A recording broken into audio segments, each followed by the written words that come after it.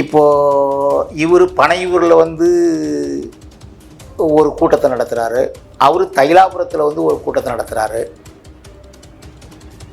இப்படி பார்க்குற போது என்னை பொறுத்தவரை இவர்கள் வந்து அரசியல் நிலைப்பாட்டில் எப்படி இருக்கிறார்களையும் யூகிக்க முடியல. இப்போது தேர்தல் வரப்போகுது, தேர்தலில் பாமக யாரு கூட சேரும், மகனிடத்திலே வருகிறவர்களை தந்தை வந்து நிராகரிக்கிறார். தந்தையை நம்பி போகிறவங்க மகனிடத்தில் வர்றதில்லை. இப்படி அப்பம் உள்ள சண்டையில் ஒரு கட்சி இன்னைக்கு நாளாக உடஞ்சி சுக்குநூறாக நிற்கும். வந்து டாக்டர் ஐயாவுக்கும் வயசாயிடுச்சு. அவர் வந்து அவர் பையனை அனுசரித்து கூட வச்சுக்கிட்டு கட்சியை வழி நடத்தணுமே தவிர நான் சொல்கிறதான் எல்லாம் கேட்கணும், நான் தான் எல்லாத்தையும் பண்ணுவேங்கிறது வந்து அதில் ஐயாவுக்கு மன்னிக்கணும். அதில் இன்னொன்று என்னன்னா,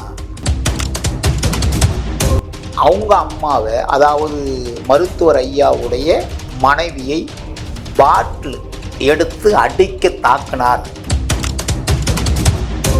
நான் பார்க்க அதிர்ச்சி அடைஞ்சிட்டேன். கையில் இருக்கிற அந்த ஒளிபெருக்கியை வந்து தூக்கி போட்டுட்டு, ஒளி வாங்கி தூக்கி போடுறாரு. ஜிகே மணி ஐயா வந்து சமரசம் பண்ணுறாங்க. அங்கேயே வந்து பிரச்சனை உருவாகுது. தைலாபுர தோட்டத்தில் ஐயா மருத்துவர் ஐயா வாழ்கிற இடத்துல பல ஏக்கர் கணக்கான நிலங்கள். இப்போ ஐயா ராமதாஸ் ஐயாவுக்கு, அதாவது அன்புமணி ஐயாவுக்கு வந்து பனையூரில் மிகப்பெரிய இது இருக்குது. ஐயா சொல்கிற மாதிரி 300 கோடி கை மாறினது, 3000 கோடி கை மாறினது, 16 டன் தங்கத்தை வந்து நான் சொல்ல, இதை நான் சொல்கிறேன், நீங்கள் போட்டுற போகிறீங்க.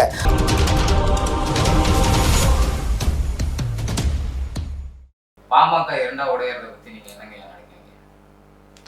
நான் என்னிட்ட கேள்வி கேட்குறத காட்டிலும் அவர் தான் அவருக்கு ரொம்ப வேண்டிய நண்பர். அதனால நீங்கள் அவர்கிட்ட அந்த கேள்வியை கேளுங்க. பாமக இரண்டா உடையறதை பற்றி நீங்கள் என்னங்க நினைக்கிறீங்க? வளர்ச்சி தான் நான் நினைக்கிறேன். ஆமாம், எப்போதுமே ஒரு கட்சி ரெண்டாக உடையுதுன்னா சூழல் என்னென்ன பார்க்கணும். அவங்களுக்குள்ள அப்பம் புள்ள 2 பேர், அவங்களுக்குள்ள நிலைப்பாடு. இப்போது ஐயா காடு வெட்டி குரு இருக்கிற வரலையும் அந்த கட்சியினுடைய நிலைப்பாடு நல்லா இருந்தது. இன்றைக்கி வந்து அவங்களுக்குள்ள வந்து சொத்து பிரிவினை மாதிரி ஒரு கட்சியை கொண்டு போகிறாங்க. இப்போ 2 பேருக்குள்ள நிலைப்பாடு, நீ பெரியவனா, அப்பம் புள்ள தான், நீ பெரியவரா நான் பெரியவரா, யார் இதை வழிநடத்துறது, நீண்ட காலம் வழிநடத்தக்கூடியவர்கள் யார் அப்படின்னு அவங்களுக்குள்ளேயே வந்து பேசி ஒரு முடிவெடுக்க முடியாமல் அது சென்று கொண்டு இருக்கு. எங்கே போயிட்டுருக்குன்னு தான் சொல்லணும். அதை இப்போது இவர் பனையூரில் வந்து ஒரு கூட்டத்தை நடத்துகிறாரு, அவர் தைலாபுரத்தில் வந்து ஒரு கூட்டத்தை நடத்துகிறாரு. இப்படி பார்க்குற போது என்னை பொறுத்தவரை இவர்கள் வந்து அரசியல் நிலைப்பாட்டில் எப்படி இருக்கிறார்களையும் யூகிக்க முடியல.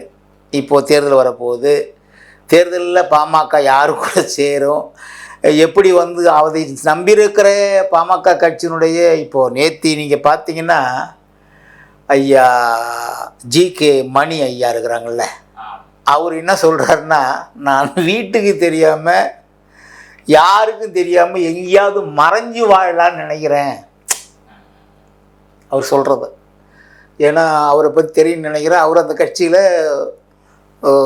அதாவது என்ன சொல்லப்போனால் அந்த குடும்பத்தில் வந்து மிகப்பெரிய முக்கியமான ஆள், அந்த கட்சியில் நீண்ட காலம் உழைச்சவர். யார்? ஜிகே மணி ஐயா.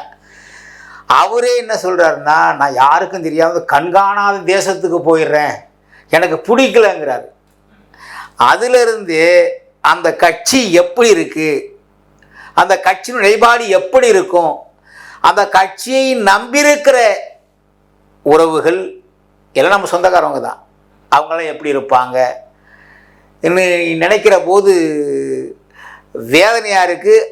அதே சமயத்தில் வந்து இப்படி நடக்குமான்னு எதிர்பார்க்க முடியாது. எத்தனையோ இதில் வந்து பிரச்சனை வந்திருக்கு. இப்போ வந்து திமுக கூட அந்த குடும்பம் வந்து பிரச்சனையில் சிக்கியிருக்கு. இப்போது மரியாதைக்குரிய அண்ணன் அழகிரியா இல்லை ஸ்டாலினா நிறைய பிரச்சனை வந்திருக்கு.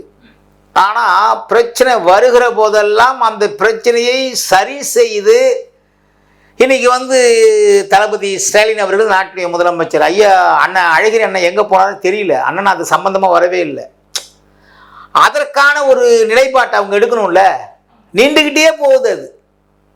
அது வந்து அவர் அங்கே உட்காந்துட்டு வந்து நான் அவர் ஒரு பேரை நியமனம் பண்ணுறாரு. யார்? ஐயா மருத்துவர் ஐயா. அவர் ஒரு பேர் நியமனம் பண்ணுறாரு.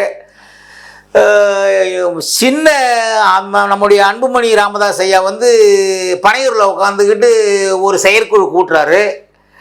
இப்படி கூட்டுற போது செயற்குழு கூட்டுறதுல அந்த அம்மா பொருளாளர் நினைக்கிற ஒரு அம்மா, அந்த அம்மா வர்றாங்க.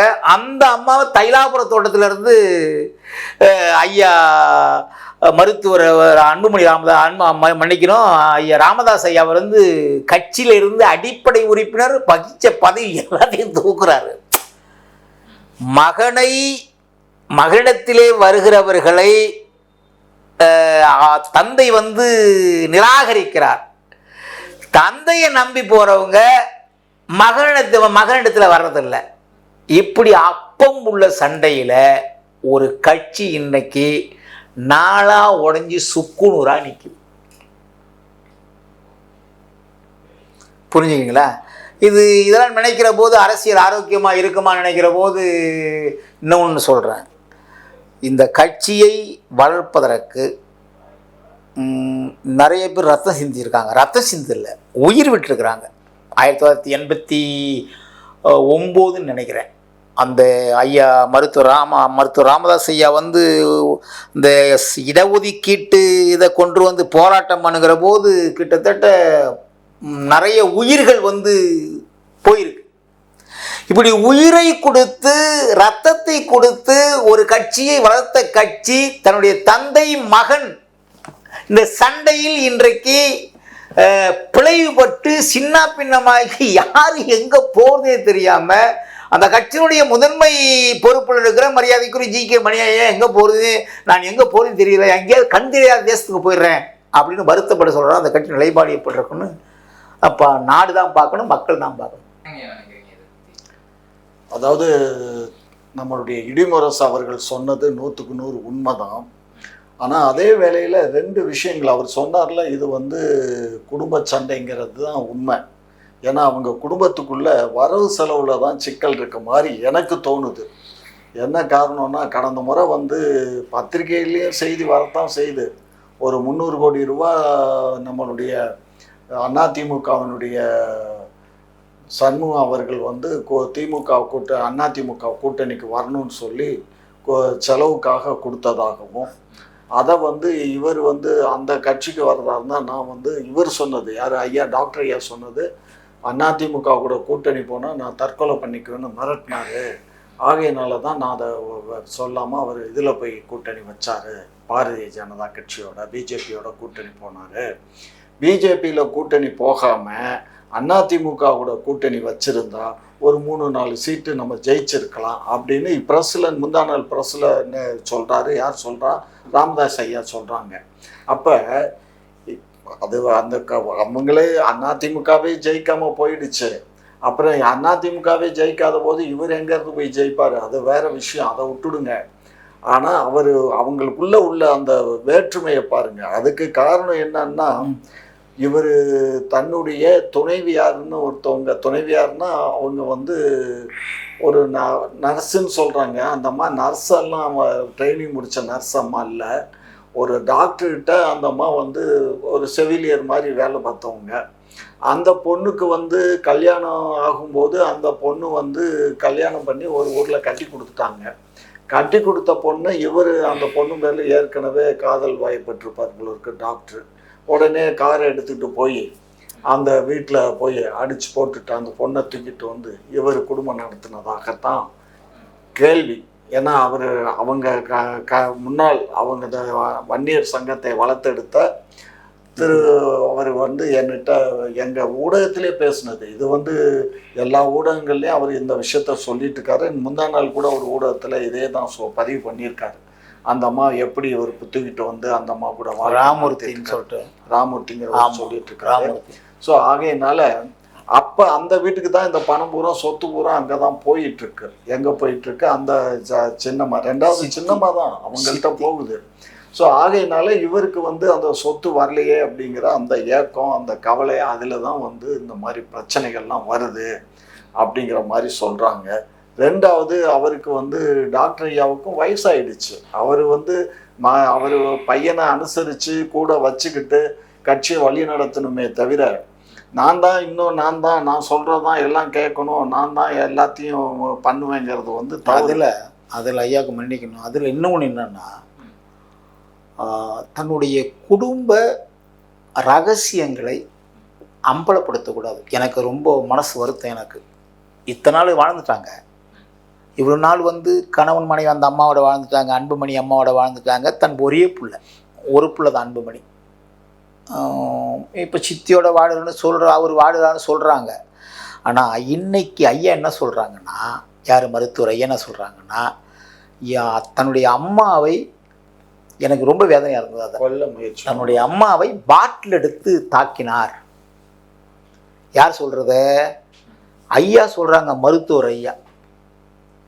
தன்னுடைய மகன் அவங்க அம்மாவை, அதாவது மருத்துவர் ஐயாவுடைய மனைவியை பாட்டில் எடுத்து அடிக்க தாக்கினார்.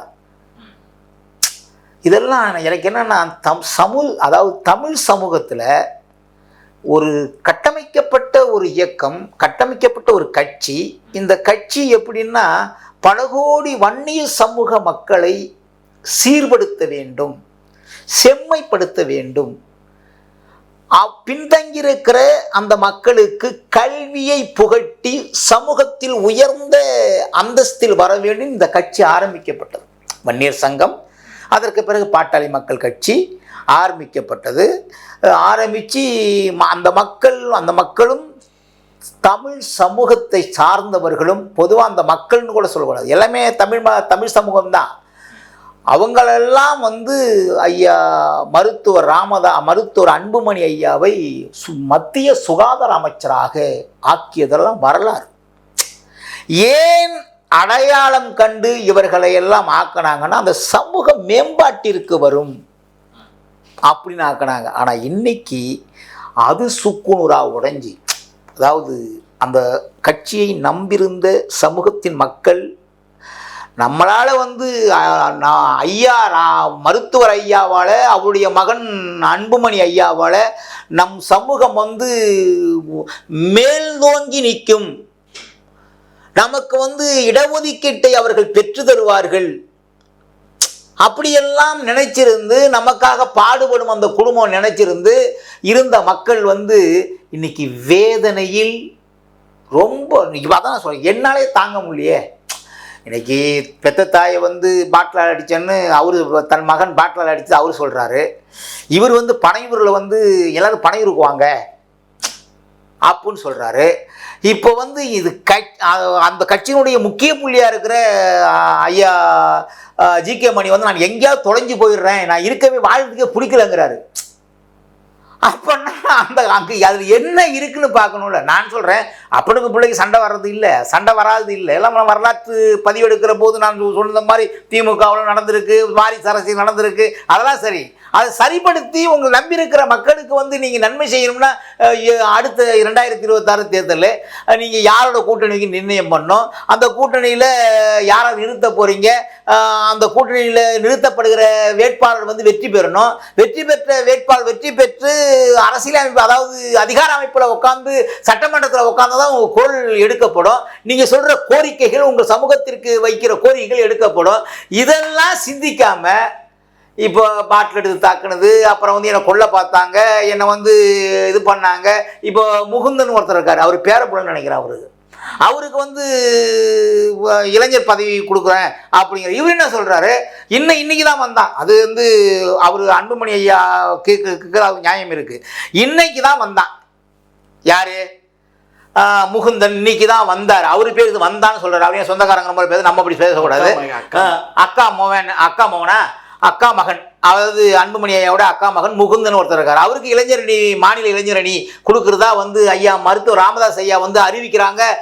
இவர் வந்து கையில் இருக்கிற, நான் பார்க்க அதிர்ச்சி அடைஞ்சிட்டேன், கையில் இருக்கிற அந்த ஒளிபெருக்கியை வந்து தூக்கி போட்டுட்டு, ஒளி வாங்கி தூக்கி போடுறாரு. ஜிகே மணி ஐயா வந்து சமரசம் பண்ணுறாங்க. அங்கேயே வந்து பிரச்சனை உருவாகுது. நான் சொல்றது புரியுதா? இவர் வந்து நான் அதில் அன்புமணி ஐயா சொல்றதுல வந்து ஏன்னா இப்போதான் வந்தான், அவன் சொந்தக்காரன் இருந்தாலும் பரவாயில்ல, இப்போதான் வந்தான், இதுக்கு மூத்த முன்னோடிகள்லாம் இருக்கிறான், அவங்களாம் கொடுக்கலாம்ல, நீ உன் பேரப்புள்ள தானே கொடுக்குறேன்னு அவர் கேட்குறாரு. இதை என்ன பண்ணணும்னா அதாவது அவருடைய உழைப்பு எப்படி இருக்குன்னு நமக்கு தெரியாம, அது நம்ம உள்ள போகிற. இப்போ திமுகவுடைய நிலைப்பாடு என்னன்னு நமக்கு ஓரளவு தெரியும், அண்ணா திமுக நிலைப்பாடு என்னன்னு தெரியும், இன்னைக்கு பாஜகவுடைய நிலைப்பாடு எப்படி இருக்குன்னு தெரியும், இதெல்லாம் தெரியும். ஆனால் பாமகவுடைய நிலைப்பாடு அது ஒரு சமூகம் சார்ந்த கட்சியாக இருக்கு. அந்த கட்சியில் வந்து இப்போ விடுதலை சிறுத்தை கூட எல்லா சமூகத்திலும் வந்துட்டாங்க. எல்லா, அதாவது கிறிஸ்தவர்கள், இஸ்லாமியர்கள், இந்துக்கள் இருக்கிற பலதரப்பட்ட ஆட்கள்லாம் வந்துட்டாங்க. ஆனால் அந்த இதில் வந்து நம்ம உள்ளே போய் பார்க்குறதுல நான் என்ன சொல்ல, தமிழ் சமூகத்தை சார்ந்த அந்த கட்சி வளரணும், அந்த மக்களுக்கு வந்து நன்மை பயக்கக்கூடிய, அந்த மக்கள் எதிர்பார்க்கிற அதாவது நல்லவைகளை, அந்த மக்கள் உரிமைகளை பெற்றுக்கொள்ள வேண்டும், அதனால் போராட்டணும், நம்மளும் சந்தோஷப்படுறோம். ஆனால் இதெல்லாம் தவிர்த்து அவங்க அடிச்சுக்கிறாங்க. அதாவது இருக்கிற சோசியல் மீடியாவில் பார்க்குற போது அதை நம்பி இருக்கிற, அதுக்காக நீங்கள் பார்க்க நிறைய பேர் பார்க்கணும், நிறைய நீங்கள் தன்னை அர்ப்பணித்து, அதான் முன்னாடி சொல்லிட்டேன், இருக்கிற ஒவ்வொரு இளைஞனும். இப்போ கூட இந்த இது நடந்தது, மாமல்லபுரத்தில் வந்து அந்த சித்திரை திருவிழா நடந்தது. அதெல்லாம் வந்து பார்த்து அவங்கெல்லாம் போடுற அந்த மகிழ்ச்சி ஆறாவரெல்லாம் பார்க்குற போது, சரி ஒரு தமிழ் சமூகத்தை சார்ந்த ஒரு கட்சி நல்லா இருக்கட்டும், அந்த மக்களுக்கு பண்ணணும். ஆனால் இன்னைக்கு பார்க்குற போது இதெல்லாம் வந்து எப்படி நடக்கும், அந்த மக்களுக்கு வந்து இதெல்லாம் வந்து நிறைவேற்றப்படும். மக்கள் எடுத்து வைக்கிற தன்னுடைய வாழ்வுரிமைக்கு, தன்னுடைய முன்னேற்றத்திற்கு, தன் மக்களுடைய முன்னேற்றத்திற்கு, நீங்கள் வந்து எல்லாம் வந்து சொல்கிறாங்க ஆண்ட சாதி நாங்கள் வந்து அப்படின்லாம் பேசுகிறாங்களே ஒழிய, இன்னைக்கும் என்னோடு சேர்ந்து நண்பர்களாக இருக்கிறவர்கள் ஒரு 1000க்கு மேற்பட்ட தம்பிகள் இருக்கிறாங்க. இப்போ இல்லை, நாங்கள் பள்ளி பருவத்திலேருந்து இருக்கிறோம். இன்றைக்கும் அந்த ஓலை குடிசையில் தினந்தோறும் கூலி வேலைக்கு போனால் தான் அவங்க உணவு சாப்பிட முடியும். எல்லாம் அவங்கள ஆண்டவர்கள்னால் அடுக்குமாடி கட்டிடம் வந்து பல வேலிகளுக்கு முதலாளிகள்லாம் கிடையாது, சராசரி மனிதர்களாக இருந்து கொண்டிருக்கிறார்கள். அவருடைய வாழ்வுரிமையும் இந்த மண்ணிலே பாதிக்கப்பட்டிருக்கிறது. மிகவும் பாதிக்கப்பட்டு மிகவும் பிற்படுத்தப்பட்ட மக்களாய் வாழ்ந்து கொண்டிருக்கிறார்கள். அவங்க நினைப்பாங்க படிக்கணும், நம்ம படித்தா நம்ம சமூகத்தை சார்ந்த தலைவர்கள் நம்மளை கொஞ்சம் தூக்கிவிட நினைப்பாங்க. இதெல்லாம் தைலாபுரம் தோட்டம் அன்றைக்கி நான் பார்க்குறேன், ஐயா கொண்டு போய் காட்டுறாங்க. இந்த பக்கம் கொய்யா இருக்குது, இந்த பக்கம் வந்து சப்போட்டா இருக்குது, அந்த பக்கம் வந்து பல ஏக்கர் கணக்கான நிலங்களிலே வந்து விவசாயம் பண்ணப்பட்டிருக்கிறது. விவசாயம் 40% கண்டு அதாவது அறுவடை வரும் பொழுது இந்த பக்கம் மொத்தம் 1000 தென்னை மரங்கள் இருக்குது. யார் வாழ்கிற இடத்துல தைலாபுர தோட்டத்தில் ஐயா மருத்துவர் ஐயா வாழ்கிற இடத்துல பல ஏக்கர் கணக்கான நிலங்கள். அண்ணன் ராமூர்த்தி அண்ணன் ஒருத்தர் இருக்கார், அவர் சொல்கிற போது எனக்கெல்லாம் உண்மையிலே பிரமிப்பாகி போச்சு. அவர் வந்து நாகரிகமாக பேசலை, அது ஒரு, ஏன்னா நம்முடைய அண்ணன் தம்பி தான், நம்முடைய உறவு தான். ஆனால் அவர் நாகரிகத்தை தாண்டி பேசுகிறாரு. வாடா போடா அப்படின்னு பேசுகிறார். ஐயா ஐயா போய் தெரியும், சமூக போராளி, பல இடத்துல வந்து புரட்சியாளர் அம்பேத்கருடைய சிலைகள் நிறுவியவர். அதாவது அண்ணன் திருமாவளவன் அவர்கள் வந்து அவருக்கு குடிதாங்கின்னு பட்டம் கொடுத்துருக்காரு அண்ணன். நிறைய சிறப்புகள் வாய்ந்தவர் வந்து அப்படி பேசுறது வந்து எனக்கு மனசு கஷ்டம்தான். ஆனால் இந்த தைலாபுர தோட்டத்தை பார்க்கிற போது அந்த சமூகத்தை சார்ந்த அத்தனை மக்களும் இப்படி வாழ்கிறார்களா?